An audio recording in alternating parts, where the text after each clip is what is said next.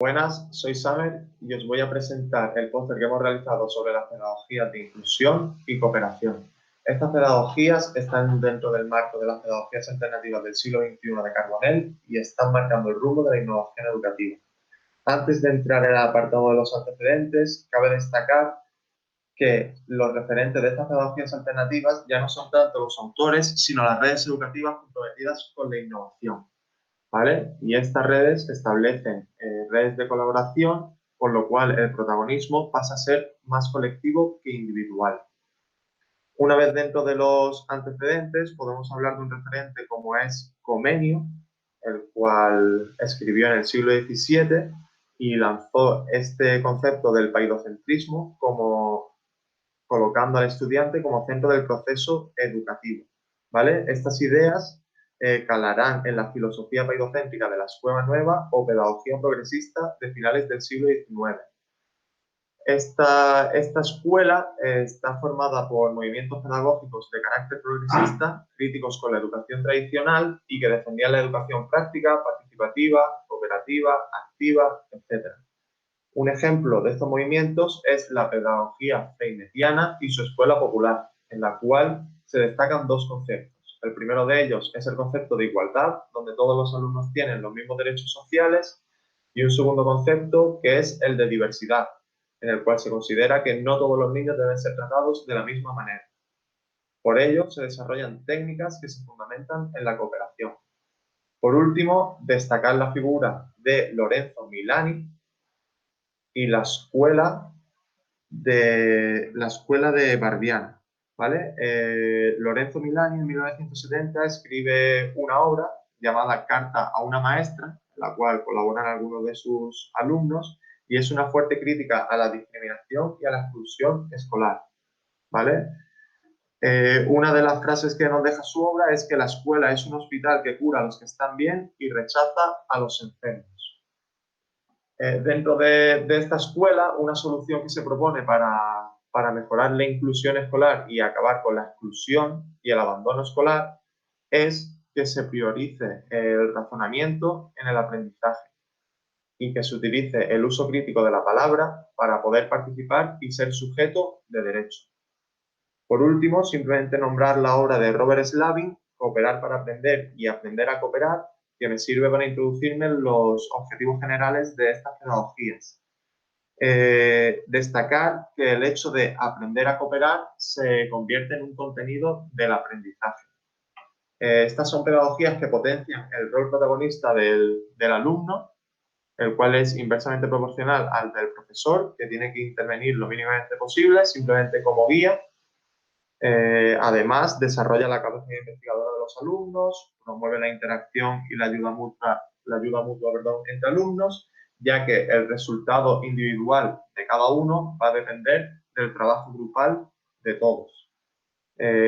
Obviamente, los trabajos cooperativos o el aprendizaje cooperativo es una herramienta para mejorar la integración escolar de lo considerado diferente, ya sea por causas sociales, económicas, étnicas, religiosas, culturales, o también podríamos considerar a los alumnos con necesidades especiales, ¿vale? O los etiquetados como discapacitados. Estas pedagogías impulsan la participación, el debate, las relaciones sociales y pretenden lograr un aprendizaje significativo, tanto individual como colectivamente. Las principales señas de identidad de estas pedagogías están puestas aquí en este póster, en el cual destacamos en primera posición que el aprendizaje cooperativo es una técnica psicosocial de aprendizaje basada en la interacción social, ¿vale? Cabe destacar que la educación es un fenómeno esencialmente social, pero en las escuelas tradicionales es abordada como un fenómeno individual. Por eso aparecen este tipo de alternativas como puede ser el aprendizaje cooperativo, ¿vale? Una idea de este tipo de pedagogías son las de aprender enseñando. Y la idea es que mejoren todos los alumnos y no solo el alumno que enseña a su compañero, sino también ese compañero que pregunta las dudas y que se muestra participativo. Ya hemos dicho que el profesor tiene que intervenir muy poco, simplemente como guía del desarrollo, como buscador de materiales. Y, y bueno, destacar que el aprendizaje cooperativo no debe ser una actividad esporádica, sino una línea de trabajo continua y estable. ¿Vale? Para ello se realizan tareas cooperativas en las cuales se forman pequeños grupos heterogéneos, de esto hablaremos más adelante, y estos grupos pueden ser permanentes a lo largo del curso. Por último, tenemos que destacar que en este tipo de pedagogías cooperativas lo que se evalúa no es solo el resultado final, sino también el proceso, ¿vale? Por lo cual se destaca el término de la interdependencia, ya que, como hemos dicho anteriormente, los resultados de un alumno van a depender del trabajo de sus compañeros. Más abajo os dejamos en el apartado de experiencias 3 proyectos que se han puesto en marcha y que funcionan, que están relacionados con este tipo de pedagogías. Y dejamos también unas cuestiones para el debate, para la parte final de la exposición, en la cual hemos destacado algunos conceptos como la holgazanería social, el efecto coalición, la división disfuncional. Queremos abrir también un debate con respecto a la participación de agentes externos en este tipo de procesos de enseñanza-aprendizaje.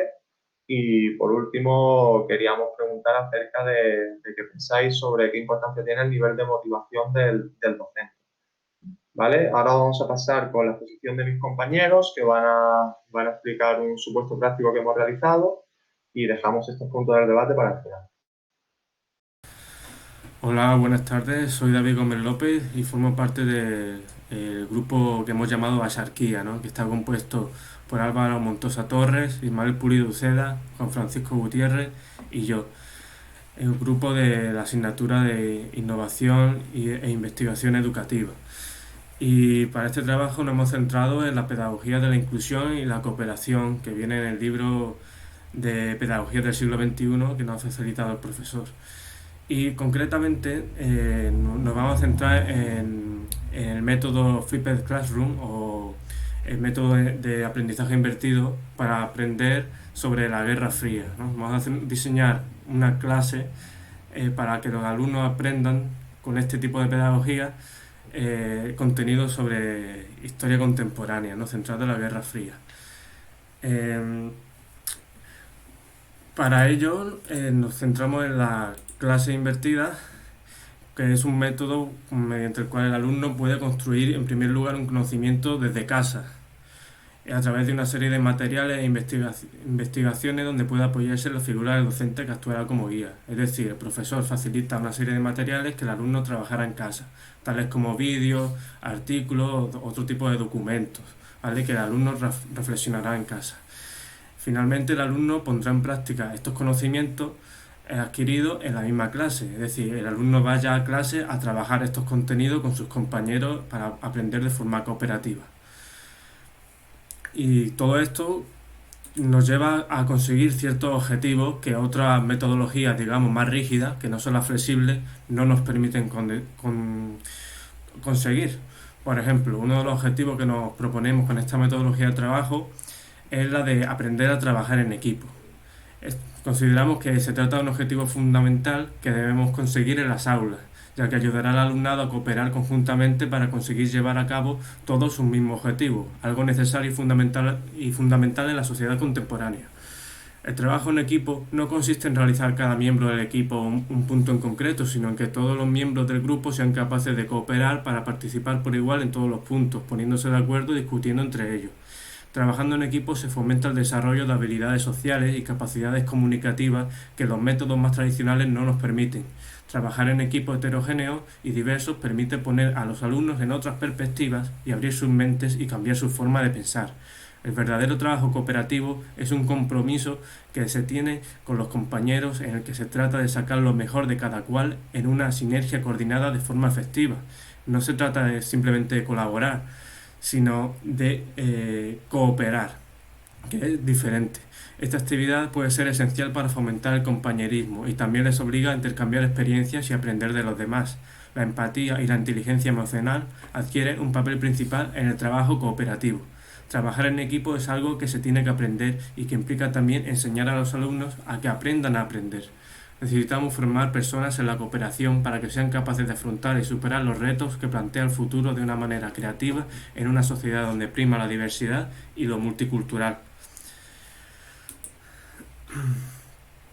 Otro de los objetivos que nos proponemos es el de que el alumno se sienta protagonista del mismo aprendizaje, que el alumno sea el protagonista de su propio desarrollo, que no parta del profesor, sino del mismo alumnado. Uno de nuestros propósitos educativos es conseguir un alumno comprometido con su propio desarrollo, haciéndolo protagonista de la enseñanza y del proceso de aprendizaje. Esto implica un cambio de paradigma educativo que se sale de los métodos más convencionales y tradicionales, en los que el alumno tenía que limitarse a escuchar las lecciones del profesor.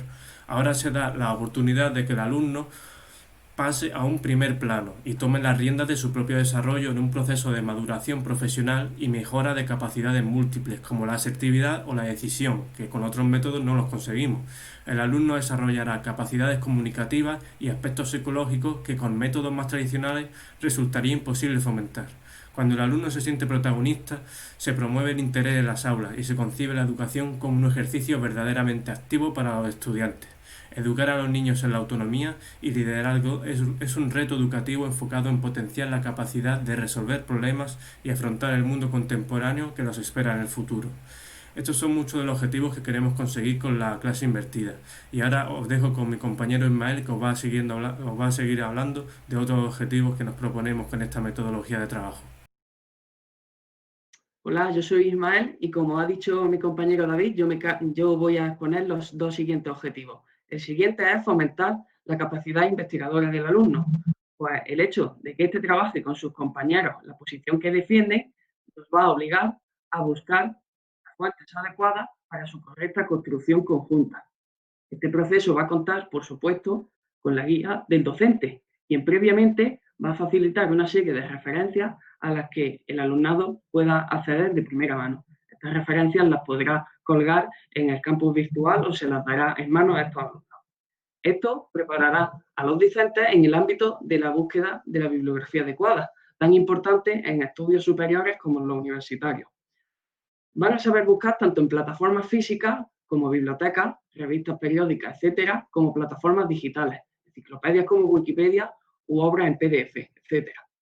Con el desarrollo de esta capacidad investigadora, el alumno mejorará la identificación de los problemas, así como estructurarlos para finalmente teorizar posibles soluciones a ellos. Podrá además organizar su trabajo siguiendo un método de análisis y síntesis de toda la información que recoja. En última instancia, gracias a la investigación, podrá mejorar el uso del pensamiento, tanto inductivo, en el cual a partir de hechos concretos es capaz de formular reglas generales, tanto como el hipotético deductivo. Usando hipótesis y reglas generales son capaces de abordar los casos concretos y estudiarlos. Son beneficios de la investigación. El siguiente objetivo que nos proponemos con esta clase invertida es poner en práctica el aprendizaje horizontal. Y es que, al contrario que en el modelo de clase vertical, que puede considerarse un modo de enseñanza autoritario, ya que el profesor se sitúa en la cúspide de la pirámide del conocimiento, en el aprendizaje horizontal, en cambio, se promueve el trato igualitario a todos los integrantes del aula, con el fin de priorizar la comprensión de la posición de nuestros semejantes. Este modelo aumenta el desarrollo tanto grupal como individual de la clase, además de mejorar la comunicación, pues se valora la participación, colaboración y apoyo mutuo entre los alumnos. Este método es especialmente efectivo con las personas tímidas, ya que, como todos hemos podido comprobar a lo largo de nuestra vida, hemos tenido algún compañero o compañera que tenía grandes ideas, pero no las compartía por miedo a ponerse en ridículo. Incluso puede que uno de nosotros hayamos estado en esta situación. En cambio, con este modelo de aprendizaje horizontal, los alumnos trabajan cooperativamente, creando de esta forma un ambiente de confianza que anima a la persona tímida a discutir sus ideas con el propósito de construir esa posición conjunta en común, siendo totalmente explícito al poner en práctica un modelo de aprendizaje horizontal. Estamos implementando la pedagogía de la inclusión y la cooperación expuesta en el póster, pues no se deja a nadie atrás en este proceso educativo que es común. Y ahora, con los últimos objetivos que quedan, doy paso a mi compañero Álvaro. Y el siguiente punto del que vamos a hablar en el trabajo es sobre cómo fomentar el debate y la defensa de ideas frente a los demás en esta actividad. Esta tarea es muy importante ya que contribuye a enseñar a los alumnos a argumentar sus ideas. Es una actividad esencial, ¿no?, para este tipo de trabajos, ya que le da a los estudiantes una serie de competencias, les obliga a reflexionar sobre unas ideas concretas o generales, depende de la unidad didáctica que se esté tratando, y además es muy eficaz para asimilar mejor los conocimientos, y hay estudios científicos que han demostrado que mejora la comprensión y la expresión oral de los alumnos y ayuda a los alumnos a desarrollar el pensamiento crítico, el análisis o la argumentación. Por lo que el estudiante, al considerar una determinada idea como suya, aunque sea durante el tiempo que dura la unidad didáctica, tendrá la obligación de defenderla, y de esta forma se verá obligado a empatizar con una determinada ideología, aunque no sea la suya propia. El siguiente punto del que yo voy a hablar es sobre cómo conseguir un aprendizaje significativo. Se considera que los alumnos necesitan de una educación verdadera en la que los conocimientos sean duraderos, no de un examen en el que te lo estudias y cuando sales del examen ya se te ha olvidado, ¿no? Por lo que este tipo de actividades lo que van es a fomentar conocimientos más allá del examen tradicional, ¿no?, porque lo van a asimilar y lo van a comprender mejor, ¿no? Por lo que los métodos más tradicionales en los libros de texto y la lección magistral, que premiaban la capacidad de memoria que tienen los alumnos, eso era sinónimo, como ya he dicho, de memorizar, y eso es lo que se pretende evitar en este trabajo, sino más bien comprender y menos memorizar. Por lo tanto, las metodologías flexibles nos aportan en el siglo XXI unas herramientas para potenciar este tipo de actividades y evaluar otros modos de inteligencia más allá de la memoria. Lo que queremos conseguir que los alumnos aprendan de forma significativa, de forma intensa, y fomentar un conocimiento útil y práctico en la experiencia cotidiana del mundo, ¿no? Y ahora le voy a dar paso a mi compañero Juanfran. Muy buenas, mi nombre es Juanfran y yo voy a exponer la metodología y en concreto la división del trabajo en las sesiones.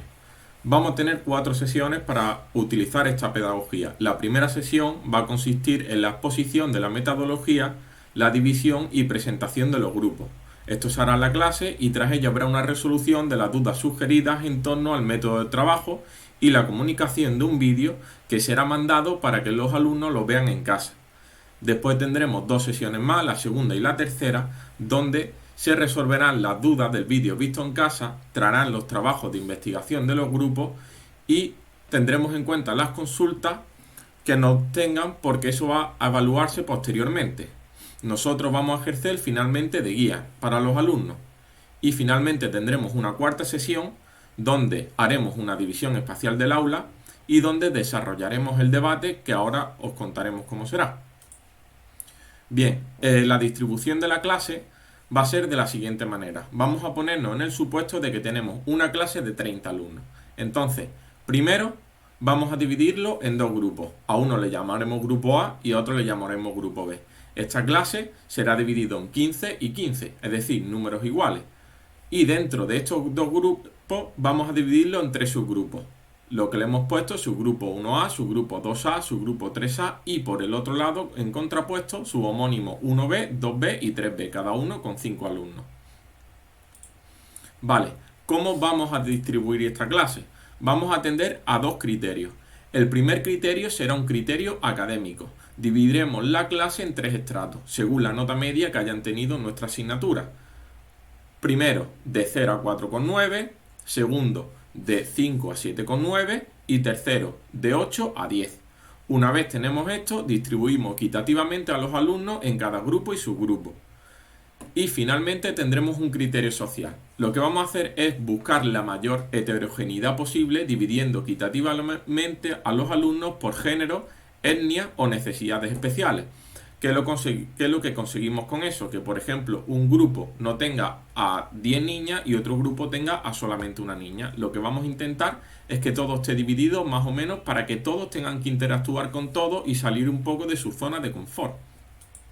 Bien, Esta es la distribución que podemos utilizar de la clase, es decir, la distribución espacial del aula. Lo que queremos hacer es de una metodología un poco más rompedora dentro de la distribución del aula. En lugar de que se distribuyan como normalmente se distribuye el aula, ponerlo en una base al debate que van a tener, es decir, unos alumnos frente a otros alumnos. Podemos utilizar cualquiera de estas dos que la hemos puesto como ejemplo. Bien, ¿cómo va a ser el desarrollo del debate? Pues vamos a tener los subgrupos. Cada subgrupo tratará un tema a debatir, que lo va a elegir el profesor. Por ejemplo, en el caso que nosotros hemos tomado, dentro del tema de la Guerra Fría. Vamos a poner que un subgrupo habla de la economía marxista y otro subgrupo habla de la economía liberal. Primero, de los 5 alumnos que componen cada subgrupo, uno expondrá en un máximo de 2 minutos el ideal económico que corresponda a su subgrupo y será seguido por su contrario homónimo. Tras esto, el profesor expondrá paulatinamente 4 puntos a debatir, ya prefijados en la sesión 1. Ejemplo, ventajas del sistema económico. Finalmente, cada alumno, que ya debe tener ese punto tratado con su grupo posteriormente en las 2 sesiones anteriores y en su casa, tendrá que debatir brevemente cada uno con su contrario homónimo. Finalmente, tras esto, le doy el paso otra vez a mi compañero Álvaro. Y por último, respecto al sistema de evaluación de nuestro trabajo, será como una unidad didáctica más, es decir, evaluar los alumnos del 0 al 10. El profesor será el que determine la nota y se evaluará de la siguiente forma: las intervenciones individuales con un total de 4 puntos como máximo, la exposición de cada subgrupo un máximo de 2 puntos, la exposición del grupo 2 puntos y la evaluación del proceso un máximo también de 2 puntos, un total de 10, ¿no? Y el docente será el encargado de valorar positiva o negativamente la participación del alumnado en dichas actividades, su nivel de comprensión, su nivel de investigación sobre dichos temas previamente a la actividad, su compromiso con el resto de compañeros, el establecimiento de un debate fluido y respetuoso donde se respeten las intervenciones de los demás. Y además el docente será el encargado como mediador de dar el turno de palabra cuando considere oportuno cada miembro que represente al grupo, y solo se podrá interrumpir el funcionamiento de dichas actividades levantando la mano y previamente con permiso del profesor, ¿no? Y en caso de boicotear dicha actividad, el docente tiene poder para expulsar al alumno del aula, y en esa unidad didáctica su puntuación sería de un 0, como si hubiese sacado en un examen un 0, ¿no? Y las notas establecidas por el docente al acabar de dicha actividad no podrán ser reclamadas por el alumno, ya que no existe un papel, un examen en el que poder basarse, ¿no? Al ser una actividad totalmente dinámica y nueva, ¿no? Con este método de investigación que estamos llevando a cabo. Y por aquí damos por concluida este trabajo. Gracias.